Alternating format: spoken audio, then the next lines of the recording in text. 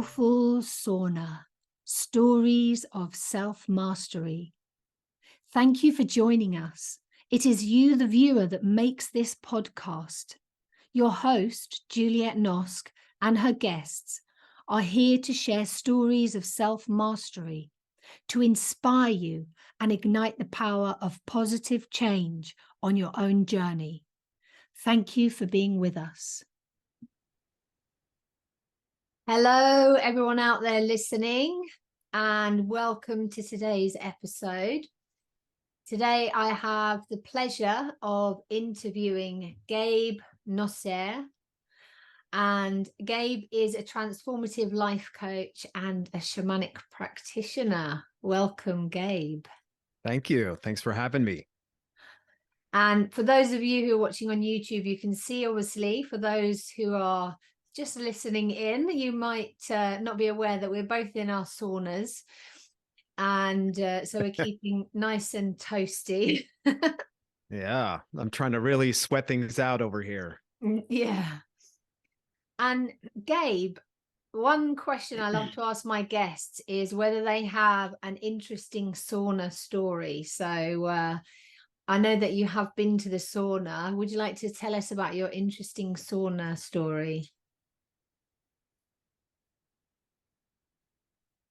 Well, it's not, I guess, terribly interesting to probably many people, but the sauna itself wasn't the story. It was more the environment. So my partner at the time and I got a private area at this really nice spa up in Santa Fe and up in the Santa Fe Mountains. And, we had the sauna to ourselves. And then we also had a cold plunge and a hot plunge in our own area. And it just happened to be a full moon that night. And so we did the sauna, we came out and we sat in the hot plunge area, more of a hot tub, but it was a natural spring water. And we sat there and the moon was just perfectly aligned to come up directly in our faces. And it was just kind of one of those really magical moments, because the full moon doesn't always rise in the exact same spot. It shifts as everything does in the universe. So it was just, to me, it was just really magical. And it was great to start off with the sauna before and kind of get the toxins out and then become purified by the full moon. That sounds fantastic. Yes, I lived in Japan actually, and I didn't experience it, but in the north, on the northernmost island, where they have a lot more snow, you can have the sauna, and then you go out into the onsen, the natural hot springs bath, surrounded by snow. And Wow. I love the idea of that as well. Yeah, those outdoor areas are really special like that. Yeah. Thank you. That sounds fantastic. So one of the reasons that we connected was that I am very interested in shamanism and shamanistic practices, and I reached out to you through a website that your information was shared on, and I connected with you to have a session with you, which was amazing and fantastic. And I'd love to know how you first got into shamanic practices.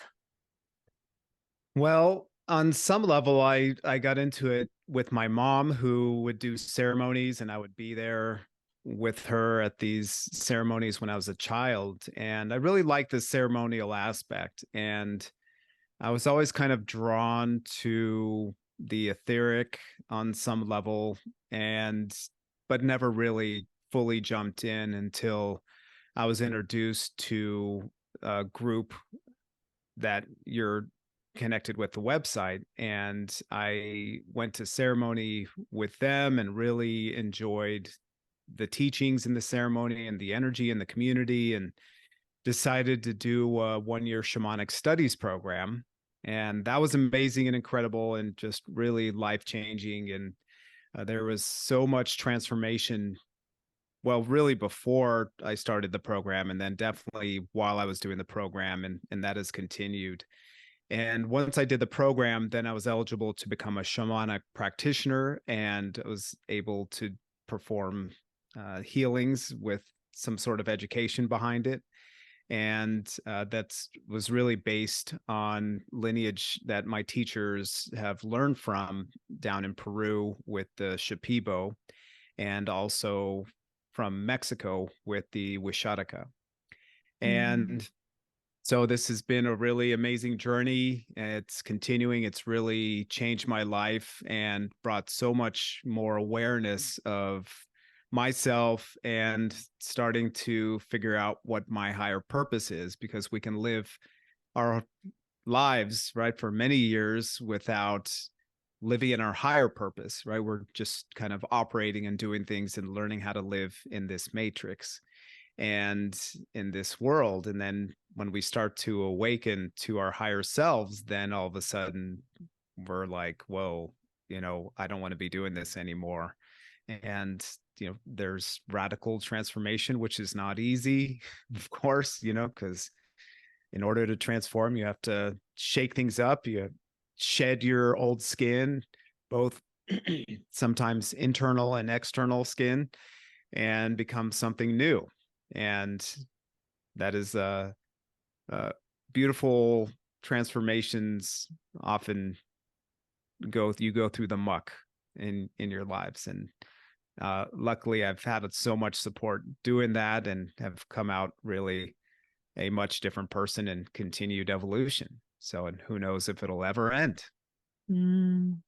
Yes, and the website, the organization is the Power Path, if anyone is interested. And who are your specific teachers? So my teachers are the founders, which are Jose Stevens and his wife Lena Stevens, and then their daughter Anna Stevens Harrington. And there are our primary teachers, and they also provide mentors once you complete the 1-year shamanic studies program. And I've had a really good mentor as well, and just continuing to learn. It's just so amazing. The teachings that you get are just, it's one of those things where you learn them and it's something that you realize you've known throughout your lives, but you just need some reminding because it makes so much sense. So they really help with deep healing and kind of remembering who you are, which is Mm. essence and spirit. Yeah. And is there one particular learning that perhaps you would like to share, that maybe an aha moment or an awakening that you had on that journey at some point? Oh man, there's been so many. Um, that's a tough question. I feel kind of the thing that came to me first, which is something that's kind of come up to me recently, is I've been in a professional transition in my life, and been wanting these answers. I've been kind of in this hiatus of early premature retirement and stepping into life as a transformative life coach and shamanic practitioner, which I've dabbled in, but I haven't done it fully. I've gone full time, and sometimes, I mean, I don't really have to right now at this stage in my life. So I have that security at least, but I was always a super driven person and always having to do. And so to unwind that program has been really challenging for me, and stepping into more of a place of being. So I've been in this more place of slower pace of life professionally and being more than I was doing. And so I basically been this way since COVID. My business at the time shut down for 14 months during COVID, starting, actually, I remember the date. It was March 13th of 2020 when we decided to close. And then we were subsequently forced to close and weren't allowed to open for the next 14 months. So basically, I was in this kind of hiatus, and then I was able to luckily sell my business actually a week after we opened. I already had a seller or a buyer lined up. And so then that continued, right? This premature retirement. And so it's 3 years, been over 3 years, and I'm still kind of waiting to get moving. So I've been feeling really, really antsy of like, what am I going to do? How am I going to serve people? Because I know that's my purpose, is to serve people on some level. How it looks is what I've been really curious about and eager to figure out. And so what came to me a couple weeks ago, I had all these questions, and I was wanting to figure it out and trusting spirit, and like, hey, please show me these answers. And then the kind of biggest answer was, there's never really anything to figure out. Everything will figure itself out. All you need to do is to remember to come back to who you are, which is essence on a big level. And in order to tap into your essence, right? Because we have essence and then we have this personality accompanying our essence. In order to tap into your essence, you have to be patient and you have to slow down.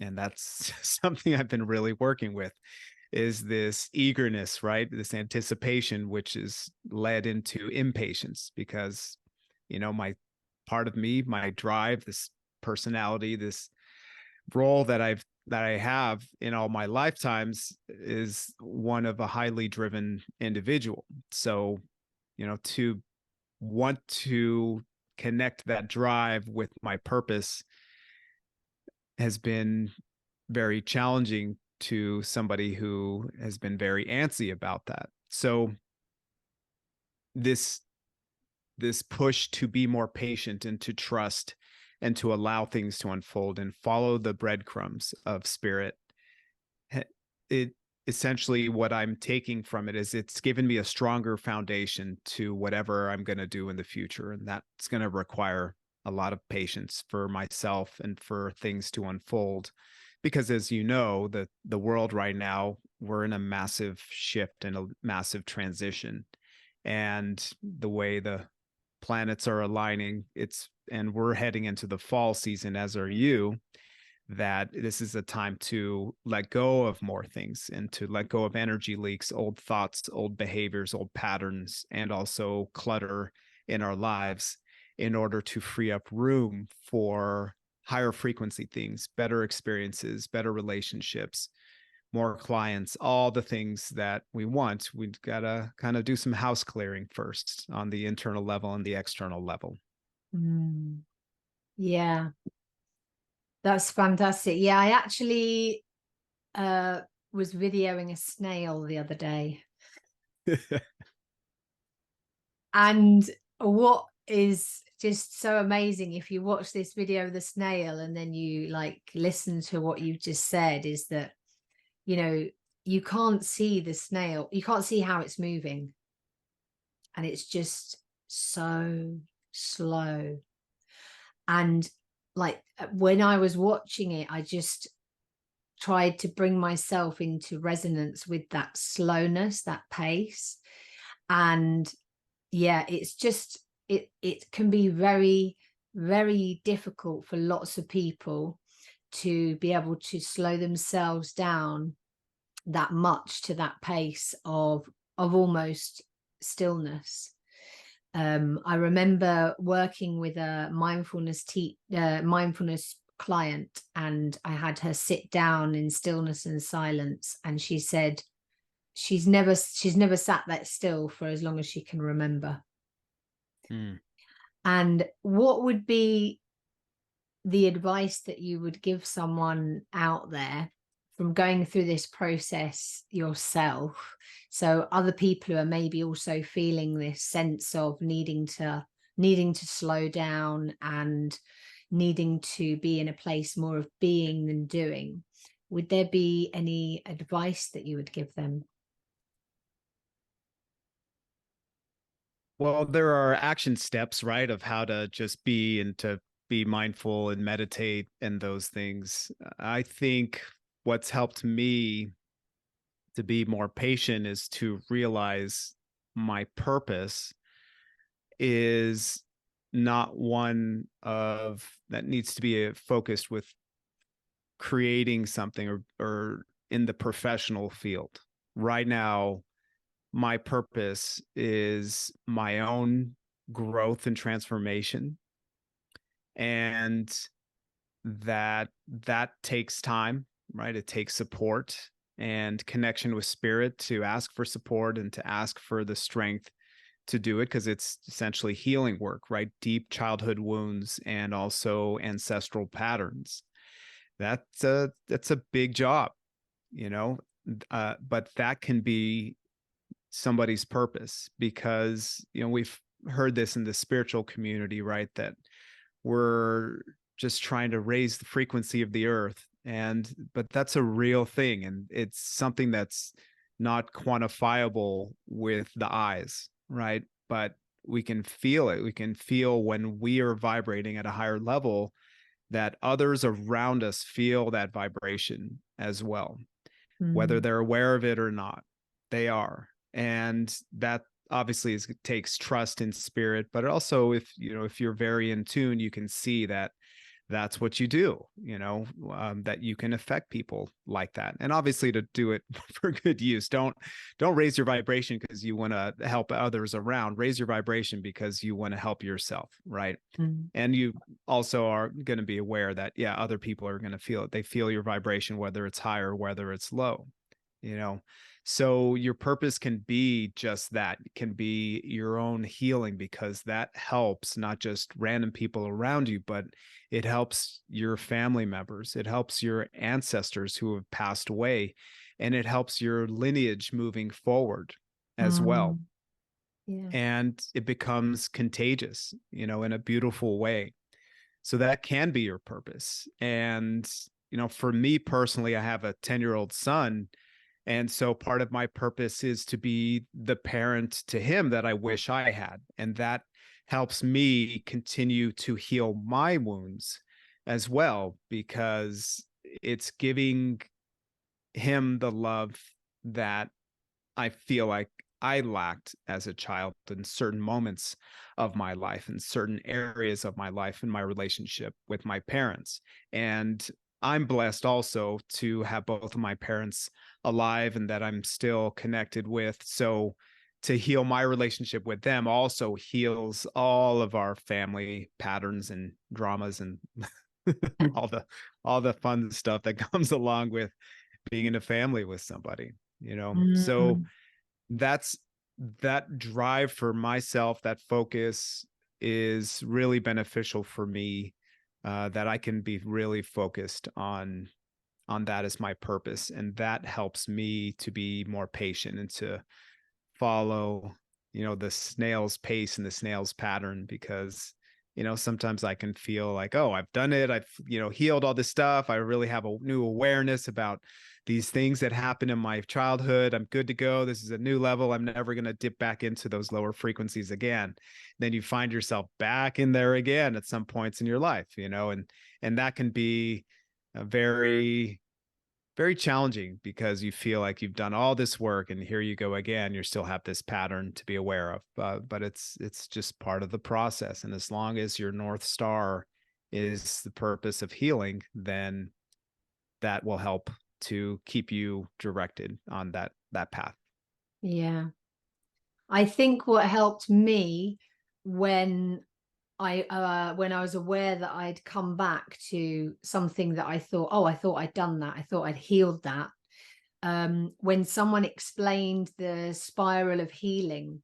And so, if you imagine this tiny spiral, and there's a small circle down the bottom, and then it raises up and it comes up and it comes up and it comes wider. And so as you come back round to one side and you revisit something, you're revisiting it, but you're kind of at a different perspective. So although you are revisiting it, it's like you're a completely different person. You're at a completely different level, and so your perspective of that thing is different. So because I used to get frustrated as well when I came back round again to the same thing, but it's like it's a pattern in your life that, for example, from the wound of my dad hitting my mum and then him leaving, or us leaving him, sorry, and the father abandonment wound, it's a layer in my learning, as it were. And so I get to revisit it, but with a different perspective, and get, you know, new learnings from kind of the person that I am in this new time. Beautiful. Yeah. It's Yeah. amazing how there's always more information, it seems, you know. Yeah, more information and different perspectives, I think, as well. I think sometimes, you know, we because we do see things differently. That's why I think it's wonderful that there's so many different religions, because they each have a different perspective. It's like our clothes that we all wear different styles, and, you know, we have different likes and dislikes, and so, you know, one perspective might teach one person, and another perspective might teach someone something else. It's like when you listen to a story, and that story gives a different message to everyone that listens to it. Yep. Yeah. On the subject of stories, actually, are there any stories that have impacted you over the years? Storytelling is one thing that I look at a lot, especially with some of the organizations that I work with, and we look at impact storytelling and how stories can change the way that we think or feel or behave. Are there any stories that you've read or heard that have impacted you? Maybe even through your shamanic teachings. Yeah. I'm sure there are many. I'll have to see what comes.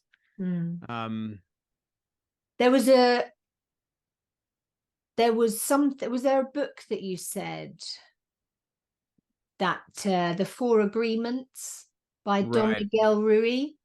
Yes. Yeah. And I think you said that you read that book, and it actually, because I love that book too, and it impacted you so strongly that then you read it to the team that you were coaching. Is that right? Yeah, that is. So it was really interesting timing, because I had seen this book. This was back in the day when we had bookstores. So I would, go through the bookstore, and this book just kept looking at me. It just caught my eye, and I never went up to it, and or it took me a while to go up to it. And I would just walk by and go to other books. And finally, at one point, I said, "Okay, I keep seeing this book. This book is talking to me." And so I looked at it and I said, "Okay, it sounds interesting." So I picked it up and I read it, and it's a pretty smooth read. It's an easy read, right? So I kind of breezed through it. I was just blown away about everything. And at the time, I was coaching a football team here in the US. We call it soccer, of course, but I had no problem calling it football, because it's actually played with the foot, unlike the football in the United States, which is rarely played with the foot. So, I was coaching this football team, and they were a very good team. They were one of the top 10 teams in the United States for youth team. And so along with that goes some attitudes, right? So, and add in, they were 15, 16-year-old boys. There were some attitudes on the team, and some cockiness and some arrogance. And so there was a little bit of a mutiny. Some of the members of the team thought, I wasn't able to take the team to the next level because I'd never played at a higher level, and this and that, and kind of started this cancerous attitude towards the team, or towards me. And so I had to kind of go in there and figure out how to best maneuver through this situation. And it just happened that I was reading this book. And so I would read it to them. And a big part of what I remember, and obviously I knew who the kind of the main person was who were starting this kind of cancerous communication with the others and spreading this essentially black magic, right, was one of the kids. And I remember reading this section of I don't know how Don Miguel Ruiz framed it, but essentially it was be mindful of your word, right? And understanding the power of your word, because you can spread black magic. And so I remember reading that, and I remember looking directly at this young man, and that I could see the look of shame on his face. And so it really, I could see how it impacted all these young men, and they were really tuned into it. I would read a little bit at a time after practice, and not the whole book, but I would read sections of it, and it really helped them.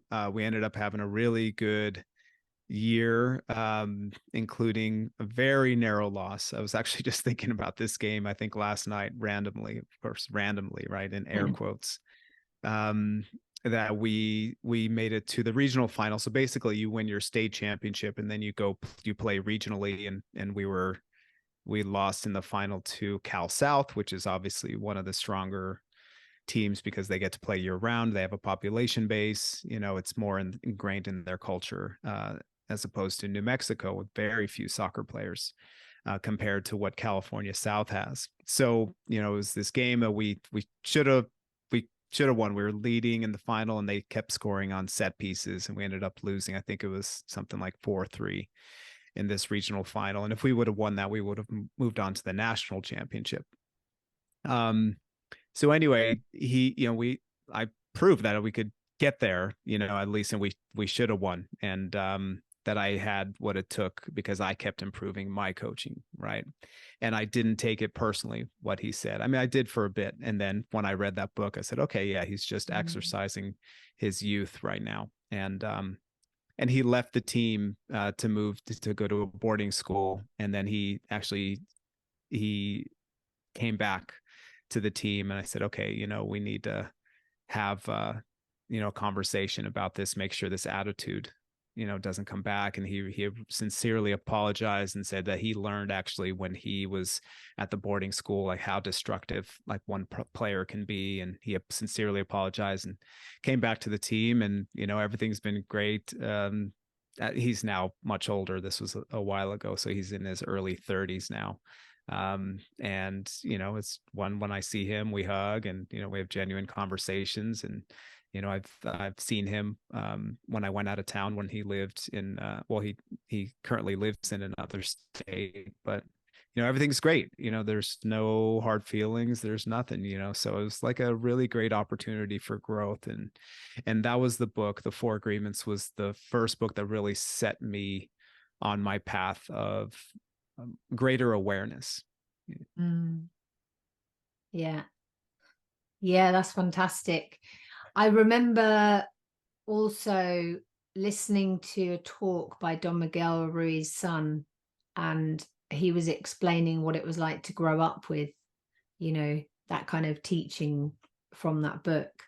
And one of the things that touched me that he said was that his father it wasn't like they were rules to abide by, and they were more kind of things to observe, and that they come in and out just like everything else. And it's like when the Dalai Lama said that he realized he was attached to Buddhism, because he talks a lot about attachment and non-attachment, and he realized that he was attached to Buddhism. And I before that, I thought, I didn't connect kind of being attached to something that's good for you. I didn't think that was a thing. I thought the attachment was like more to bad things, or things that weren't necessarily good for me.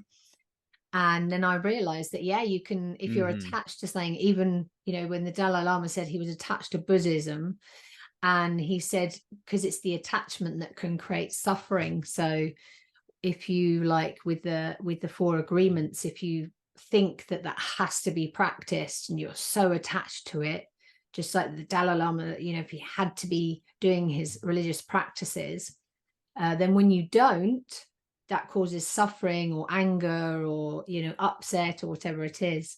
And I thought that was a really interesting perspective from Don Miguel Ruiz's son, to be as a reminder, especially when there's the agreement, isn't there, to be your word.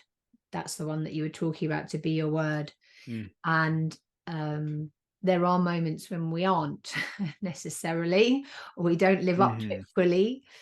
And so it's being kind to ourselves when we don't, not having it as an excuse, but being kind to ourselves when we don't live up to those things as well, or being a bit more flexible around them. Yeah. Yeah, it's interesting because, I understand that perspective of non-attachment. And at the same time, it can be a slippery slope in my mind to trying to avoid suffering and anger and sadness, because those deeper levels of emotions, or what can give us it gives us an opportunity to heal, Mm. and and to grow, because when we're suffering is when we kind of wake up and say, okay, like, why did this happen? Or at least it gives us the opportunity, right? Sometimes we don't take that opportunity, and we need to keep learning the same lesson over and over again. But when you're able to really focus in and on personal growth, and really delve in and scrape out all the old stuff and all the old programming, then that's a really great avenue to do that. So, and I'm just throwing this out there, what if we had no suffering, right? Because what if we were these super enlightened beings that, never were attached to anything and never felt any kind of sadness or pain or shame or guilt or anything? Would we grow at all? Yeah, that's a good question. And I was actually reading something the other day. I was trying to just recall which book it was from, because I have a couple of audiobooks I'm listening to, as well as a couple of books I'm reading. I'm often dipping in and out of books. But it was saying that in the time where we're living right now, and this is quite deep and spiritual, but in the time where we're living right now, a lot of us are working from the perspective of the wounded healer. And Yep. There are other ways and other ways of being, and like maybe, like you say, like a place without suffering and attachment, and what would that look like, and what would the learnings be like there? And I don't have the answer. I don't have the answer, but I can imagine that there would be other levels or different ways of kind of being and learning and growing that maybe even right now we don't know. For sure. Yeah, it's just not where we are right now. And maybe No. that's our North Star, is to get there, Mm. But I feel, and I see this in spirituality, and this is why there's the term spiritual bypass, right? Is that we're supposed to avoid all these things, right, at all times. And it's this tricky balance, at least in my perspective, of we're here to be humans and have human experiences, and to feel all the feelings and experience as much as possible, and to learn as much as possible, right? And also to move forward in consciousness and awareness, and to tap in, live more often in these higher frequencies. But we're in a generation, and probably according to some people, the next generation or two, excuse me, they will keep propelling forward. And maybe by the time, my son has grandchildren, if he chooses, no pressure, but maybe by the time he has, grandchildren, then we will be in a much higher level. And maybe, his grandchildren and everyone after him, at least for, at some period, will be living in a more enlightened age. That's kind of an idea, and belief that that's where we're heading, which is great. But we're the ones who essentially are driving or leading the traffic into that direction. And along the way, we have to do our work. And that's why I keep going back to, okay, that is my purpose, is to continue my transformation and my growth and my healing, because it impacts others. There's some statistic out there. I don't know how they got this, but I think it's, one person can affect thousands of people just by raising his or her frequency.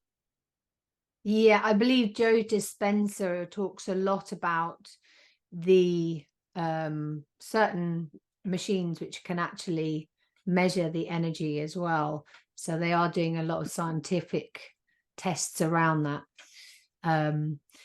Coming back to the non-attachment, so there's non-attachment and practicing not being as attached to things on my spiritual journey has really supported me to not live in a place of suffering, because I understand that things, we have lots of different emotions and things might be challenging.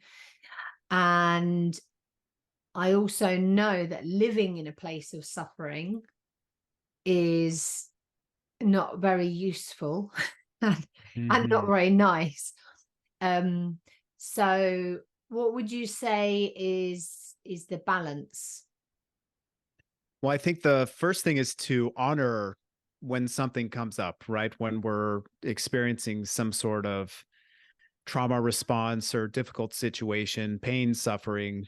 One is to honor that fully and to fully be in those emotions and to fully sit and feel. And we don't have to replay the memories mentally, but sometimes that happens, and that's part of the process. And this is where patience comes in. But a huge factor is to, at least in my perspective, is to fully feel and to be with those feelings.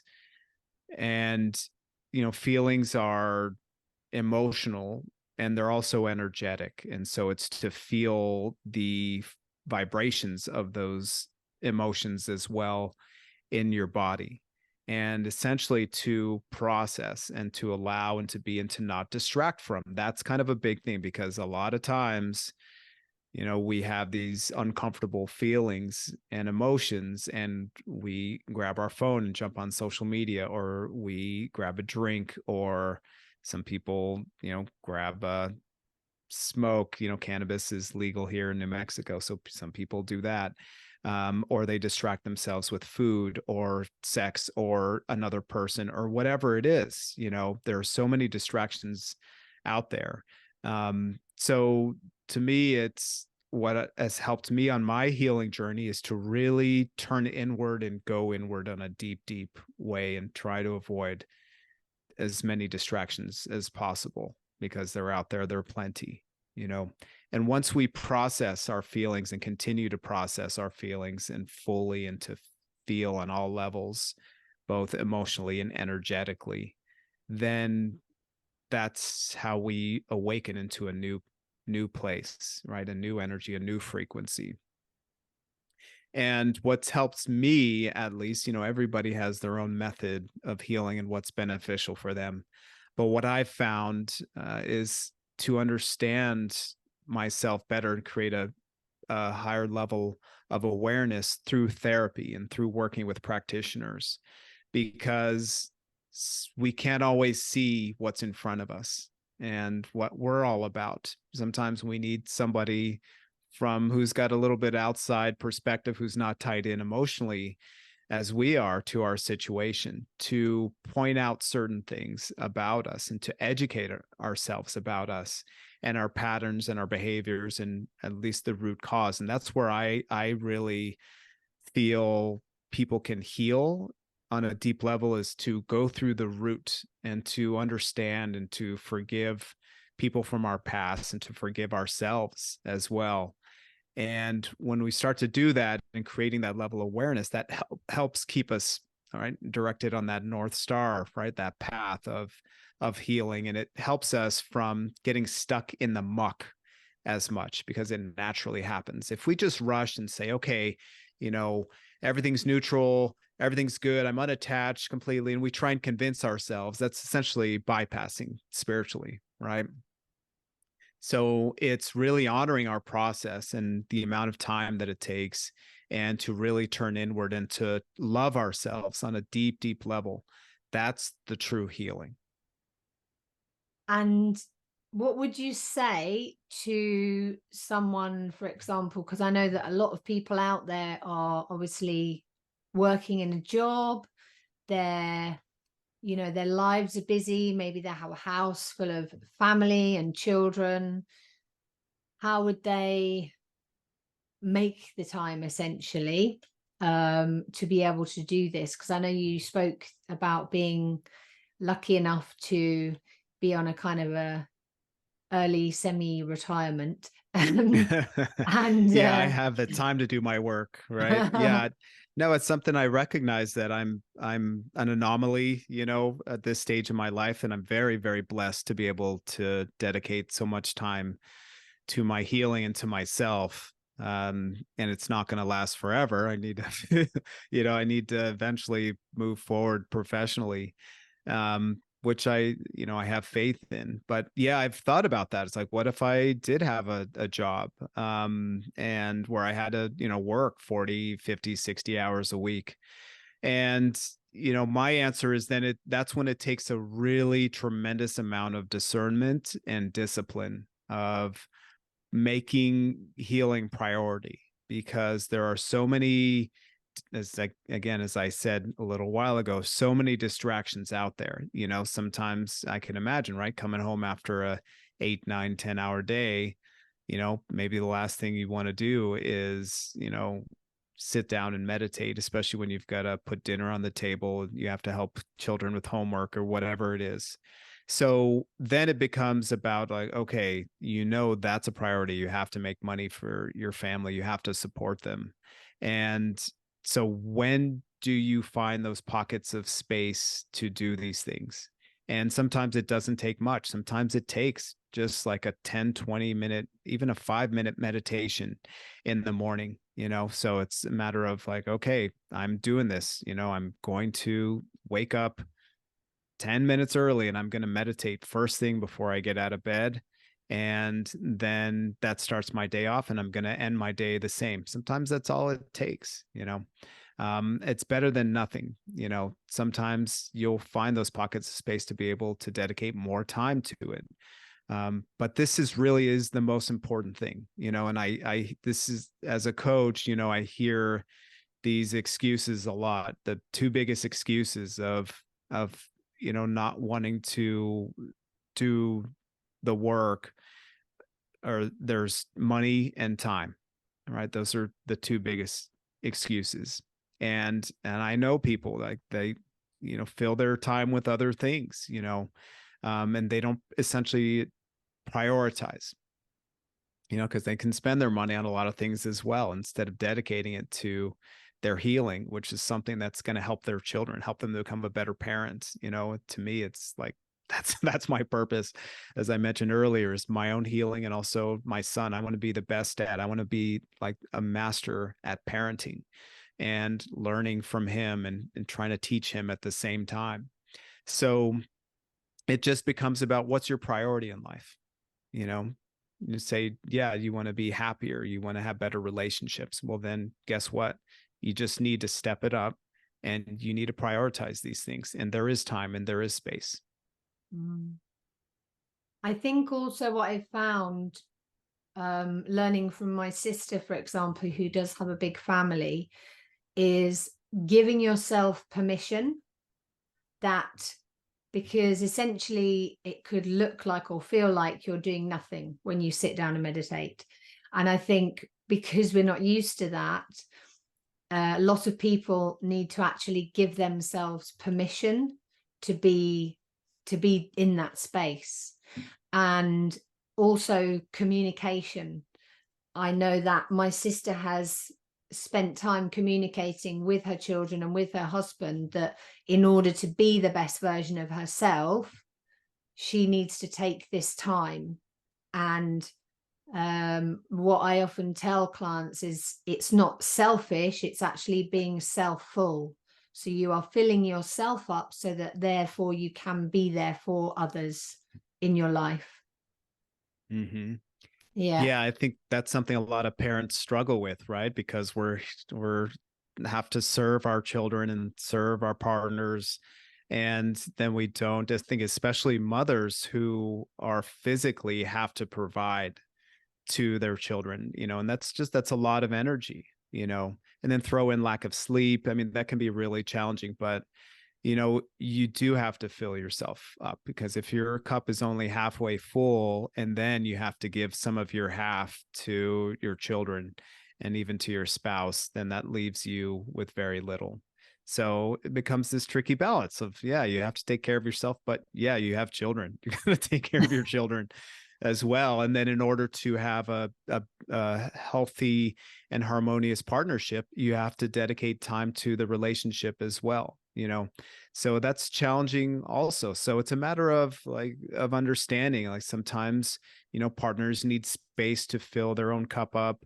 And then, it's working as a team, like, hey, I'll do this with the children, give you some space and some time. And hey, let's make sure and connect at least once or twice a week and do something without a screen in front of us, where we connect deeply. And because that actually helps to build the energy up as well. So, it's a very challenging dynamic. And I think that's something that a lot of people in the past haven't really learned how to live in a dynamic with children and with partners, because it can be very, very taxing and very draining, to everybody. And then the children feel it, and they can feel the stress and the anxiety. And, so again, it goes back to prioritizing these things, because to me, there's no greater thing than somebody's energy and somebody's frequency, and also somebody's family as well. And so why not do what it takes, and get out of the rat race, even just a little bit. And when there's a break from the rat race, really take advantage, do higher frequency things like be in nature, connect with each other. And obviously also there's a nutritional aspect, which could be a whole other podcast, but when you're taking care of yourself and your family physically as well, that helps to keep your energy high also. Yeah, thank you. Can you remember the first time that you worked with a coach or someone in that capacity? Yeah, I mean, I've worked with therapists when I was in high school, when I was transitioning out here, to New Mexico at kind of a challenging time of my life.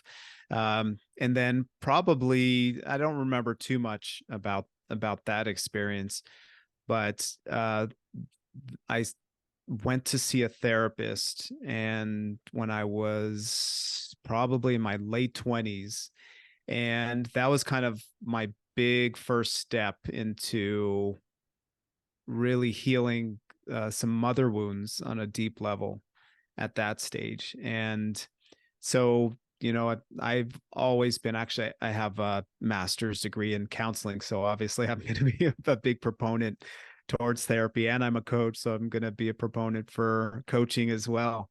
But I had a fantastic coach also when I was in my, let's see, it was a little bit after my son was born. It was about 2016, so 7 years ago. And I worked with him for quite a while as well. And that was really a great way to understand myself, and on a deeper level also. So, I've had a lot of great practitioners, and right now I currently work with a therapist, a spiritual coach, and then a shamanic practitioner that I have sessions with at least quarterly.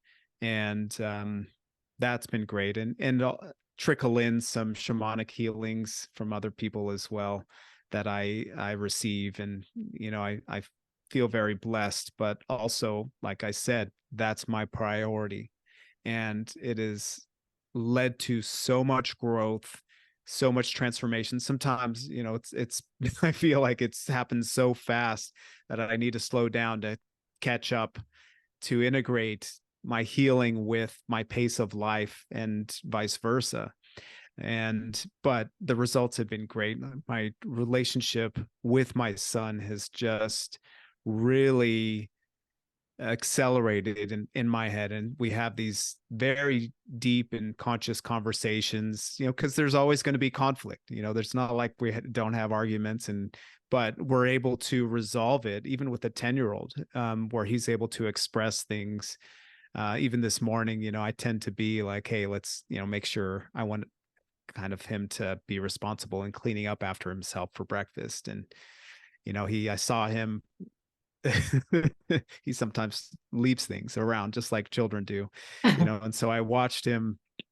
We were getting close to leave for school, and he was walking in through the kitchen, and he looked at his plate, and then he just kept walking, and then he went to go put on his socks. And I said, okay, well, he's going to put his shoes on next. And I said, hey, remember, you have like stuff to clean up still. And he said, can you not remind me? You're always reminding me of these things. And so, at first, one response or one reaction could be like, hey, you do what I say, I'm the dad here, which, I think a lot of parents do. They just want their children to be agreeable and behave, but that's not the conversation that I wanted to have. I said, okay, I understand that. I understand that's my pattern. And I guess, I struggle with how am I going to, obviously I want to make sure that things are cleaned up, and I just saw you walk by your plate and you looked at it and then you went to put your socks on. So that's why I wanted to remind you. He said, well, just give me like 5 or 10 minutes. I said, well, we have to leave in less than 5 minutes. He said, okay, well, give me 4 minutes, So it was very cute that he was trying. And, it's, we have those type of conversations frequently, because I know my pattern. I'm not going to deny them. And, but also, it's this fine line of, right, like listening to him, but also understanding I'm here to also teach him, but, he's here to teach me as well. So, but without all the healing, without all the work that I've been doing, that I continue to do, none of that would have been possible, because, I had an older daughter and we had a lot of blow-ups. She was very fiery and very aggressive in her communication. And so both of us would go back and forth with that kind of reactions. And we lived a lot in our emotional reactions than anything else. So that's when I was a less conscious parent. And, of course, I would do it all over again in a completely different way if she was the 10-year-old instead of the 23-year-old, So, it's really all the work, all the healing, and my choice for myself to master parenting as much as I can has really been my driving force. And I'm really grateful for all the practitioners, all the healers that I've worked with in the past. I'm very, very blessed to have so many. And I also understand too that like it's spirit, because this is what I've asked for, and spirit will always bring to you what's in your highest good. At least gives you the opportunity. How it looks, we may not be completely aware of, and it's not always what we expect, but spirit is always delivered when it's in alignment for a way for me to connect deeper with my essence. Yeah, fantastic. Thank you. Yeah, and as you learn and grow, your relationships do change. I've noticed that my sister with her children as well. She has a nearly 11-year-old and an 8-year-old twins. And she would have done things quite differently had she have known what she did now. But the important thing is that she's now able to help them, and it gives a whole new experience to parenting. And they're here to teach us, aren't they? Our children are here to teach us. My sister also has had this experience where, as she's growing, her parenting has changed, and she's been able to talk with her children in different ways. And my experience, I'm not a parent, but my experience of working with children and young people has shifted as I've grown. And I've realized that often as adults, we will tend to speak down to children as opposed to speak to them at an equal level. And I observed that in myself as well as others, and my aim has been to like change that. And part of that has also like made me question, when there's been a lot of conversations around smacking children, or when they're naughty, and I was questioning myself with this idea of, if I had a partner and they did something wrong and I slapped them, to tell them off, this would be called domestic violence. Right. Yep. And if I had a child and I slapped them to tell them off, in some communities, and not everywhere, but in some communities, this would be seen as okay or normal or natural. But for me, any kind of hitting is physical violence. And I really just got a whole different perspective on it when I related those two things to one another, because I think sometimes we think, oh, because they're children, that's okay. But for me personally, I really don't think it's okay. They're another human being. And I've also read about whether we bring our children up or whether we allow our children to grow. And there's a difference of kind of telling them what to do or helping to guide them. And it's an ongoing inquiry that I'm on. I don't necessarily have all the answers, but it's an ongoing inquiry of how much do we stand back and help guide them, and how much do we kind of step in and tell them. And your conversation with your son is one of those interesting ones that you can kind of observe and say, like you say, you're owning your response of the fact that you feel like the need to repeat yourself and remind him, and he's also he's observing your pattern, but you're working together on it. And yeah, because I know lots of adults that would have walked past that plate as well. Totally. Yeah. That's something, that's important, is to show, because it builds structure and discipline within him, right? Of like, hey, this is what needs to happen here. And because it's a foundation for greater things. It's never, to me, it's not just about the plate. Yeah. It's about the mentality of the steps that it's going to take to accomplish something, right? To be successful. At whatever it is. It doesn't have to be professional, but even within himself, it's like, okay, this is what is happening, so this is what I need to do, right? Yeah.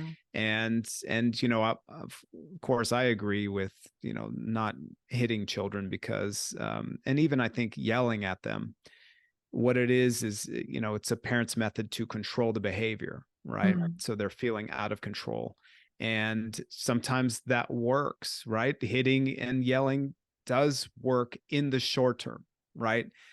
But in the long term, it causes a lot of damage to the child and a lot of issues, right? Because we can control that way, sure, but that's going to lead to a really big therapy bill for your child, and hopefully that you'll pay for someday, but the other way it requires so much more awareness and consciousness and patience to have those types of communication. And it's more of a long-term play, because that's what we're out for. Do you want to cause long-term damage or to your child, which you're going to at any point? You can't be a perfect parent, and part of mastering parenthood is, to me at least, is understanding there's no perfection. Your child is going to pick up on something. You can heal some wound from your childhood that you had, and your child will still have to deal with something else, right? So that's the number one thing to realize. But the important thing is to slow down and to remember this is a long-term play. And just, you hit the nail on the head, is that our children are there to be mirrors for us and to show us what we need to heal as well. And if you can step back and see that, like, okay, there's this pattern again, to remember, yes, we are learning from them. And then the tricky part is, but we're also teaching them, how to navigate through this world.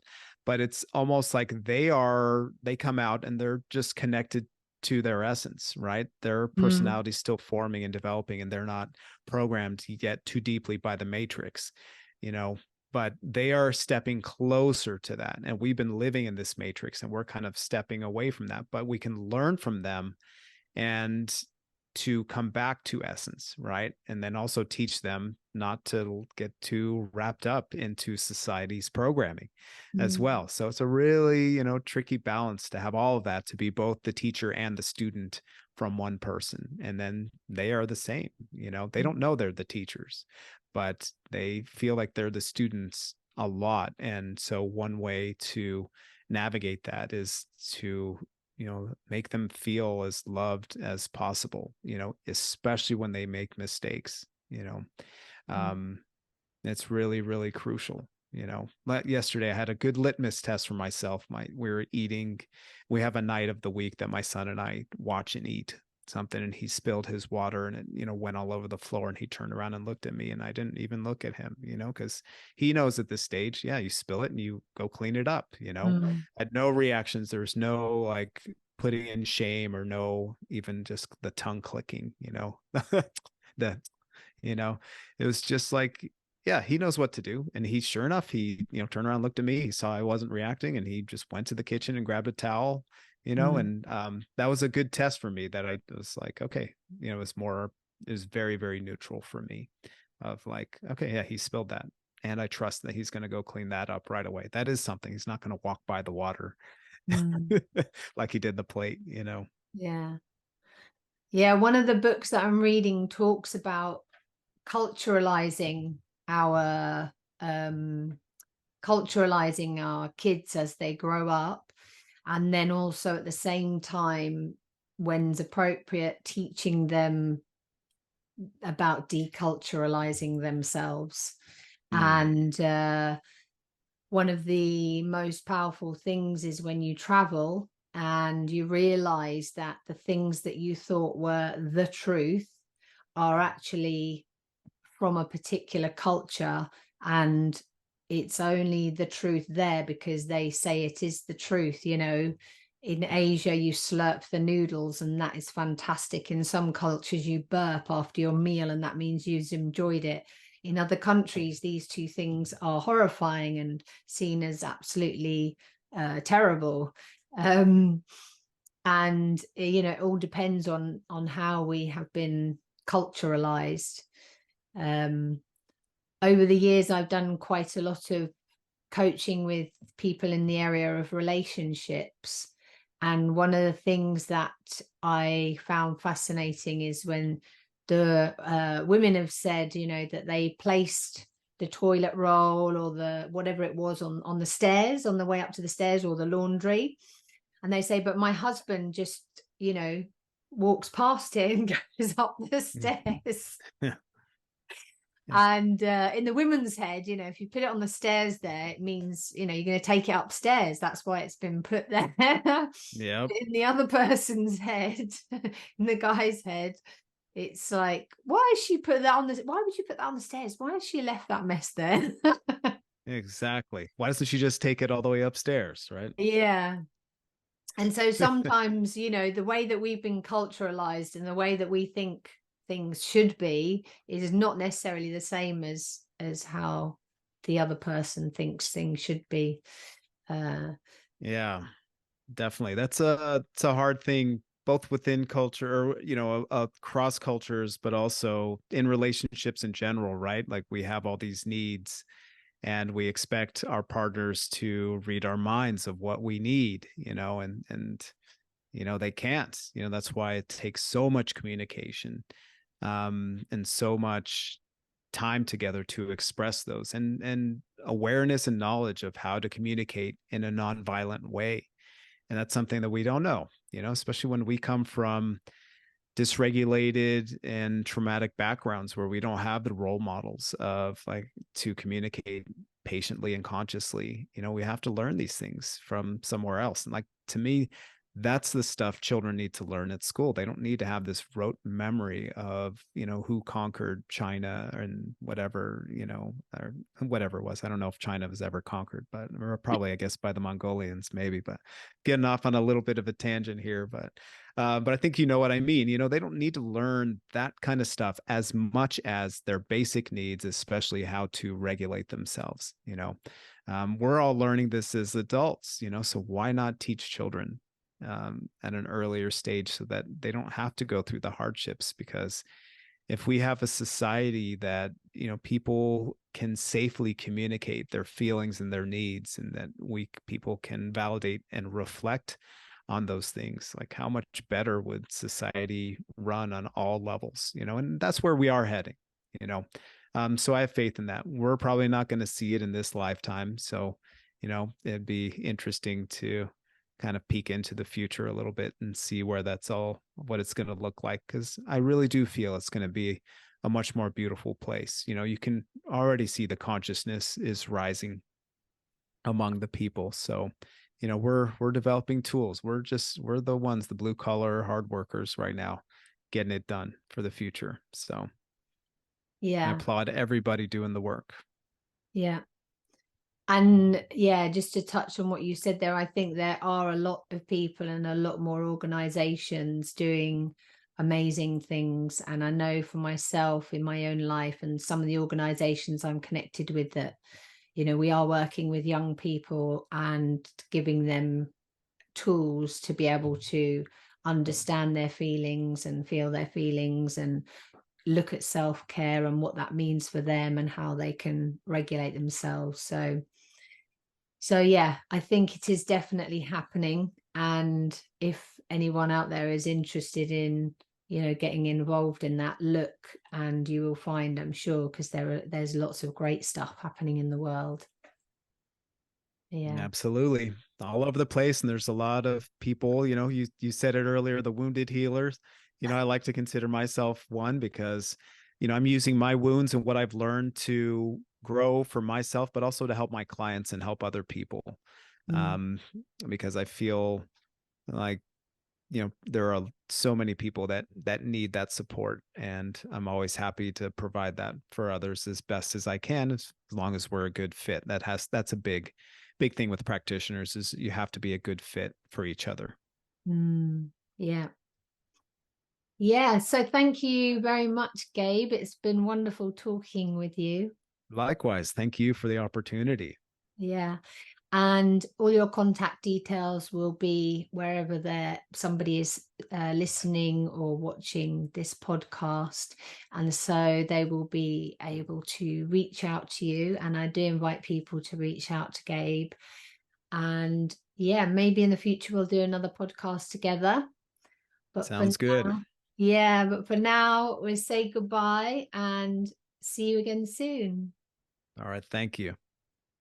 Thank you to Matt and Ken at Thermalux UK for offering their saunas as a space for me to record my podcast in.